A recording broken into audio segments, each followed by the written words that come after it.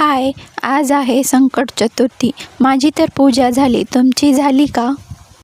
चला तर मग. सकाळी उठल्यानंतर गार्डनमधली मोगऱ्याची फुलं तोडली.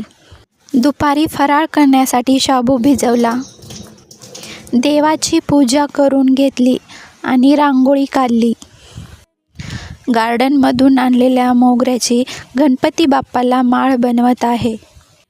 मोगऱ्याचा सुगंध मनाला खूप प्रसन्न वाटतो. स्वतःच्या बागेतली फुलं बाप्पाला अर्पण करण्याचा वेगळाच आनंद असतो.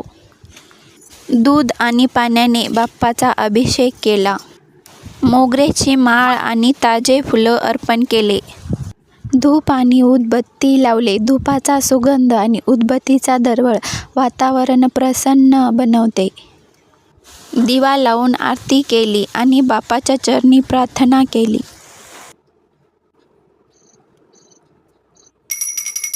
पूजा झाल्यानंतर शाबू बनवला. पुन्हा भेटूया अशाच एका सुंदर ब्लॉगमध्ये.